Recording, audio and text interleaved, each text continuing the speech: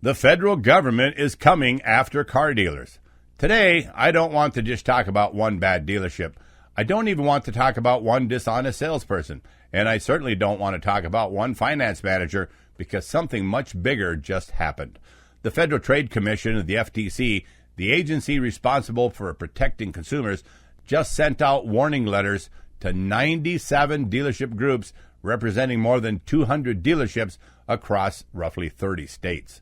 Now think about that. This wasn't one dealership. This wasn't one state. This wasn't one investigation. This was a nationwide warning, a shot across the bow. And if you've been watching our channel for years, you probably aren't surprised because many of the tactics that the FTC is talking about are the very same tactics we've warned consumers about for much of the last 17 years. Today, we're going to break down exactly what happened, why it matters, and why every single person shopping for a vehicle should be paying attention. Whenever consumers hear something like this, their first thought is probably, did the FTC catch 97 dealerships breaking the law? Well, the honest answer is no. That's not what happened. The FTC issued warning letters.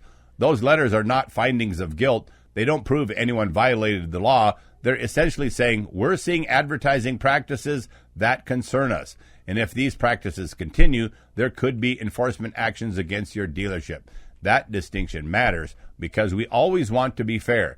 Everyone deserves due process. Well, here's something that really fascinates me. The FTC didn't wake up one morning and randomly pick almost 100 dealership groups. Government agencies don't spend resources like that. Something caused concern. Enough concern to contact dealerships across the country. And that's a story. Now, here's why this matters. Consumers have spent years saying, I got there and the price changed. The rebate wasn't for me. I had to finance through them. They added mandatory accessories. The advertised payment wasn't real. We've heard these complaints for years, and now the FTC is publicly saying, we're watching, and we're coming after you if you keep doing this stuff. Now we're going to walk through all the warnings issued by the FTC. Hidden fees, advertising one price, charging another, and consumers wasting hours at the dealership. Conditional rebates, military, college, loyalty, trade, recent graduate, first responder, employee discounts. Most buyers don't qualify for every rebate, yet advertisements often stack them together. And then there's mandatory pricing complaints. Cash price is higher, they say. We only honor this price if you finance with us. Consumers deserve to know that before driving 2 hours out of their way. Then there's mandatory add-ons, nitrogen-filled tires, VIN etching, paint protection, security systems, window tint, wheel locks, ceramic coating. If they're mandatory, include them in the advertising price, dealers are told. Don't spring them on people later once they arrive at the dealership. And then there's issues with bait inventory.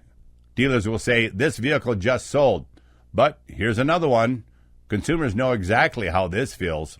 Here's what's interesting. Every one of those complaints shows up in our inbox every single week. And this brings me to something I've said for years. The easiest way to avoid dealership games isn't becoming a better negotiator. It's becoming a better investigator. Get everything in writing. Now let's talk about the written out-the-door price. And you should know that written pricing defeats almost every deceptive tactic. Let's also talk about why transparency protects good dealerships. This is important. There are honest dealers, lots of them. They should welcome transparent advertising because deceptive competitors make everyone in the auto industry look bad. We're not going to celebrate government investigations. We don't celebrate dealerships receiving warning letters. I'd much rather see an industry where none of this was necessary. But here's what I do celebrate. Consumers becoming informed. Consumers asking better questions. Consumers demanding written prices. Consumers refusing hidden fees. Consumers walking away when something doesn't add up. Because the more informed consumers become, the harder it becomes for deceptive practices to survive. If you've watched our channel for any length of time, you've heard me repeat the same advice over and over. Get it in writing. Read every document. Never assume. Verify everything. Those principles mattered before the FTC issued those warning letters. They matter even more now. And if you'd like one of our professional negotiators to handle the process for you, visit our website, thehomeworkguy.com, and click the big red button for our hassle-free car buying service. We'll negotiate on your behalf, review the paperwork, help identify hidden costs, and work to save you time, stress, and often thousands of dollars. I'm Kevin Hunter, the Homework Guy, and by the way, when you buy our hassle-free car buying service, you do get to talk directly to me.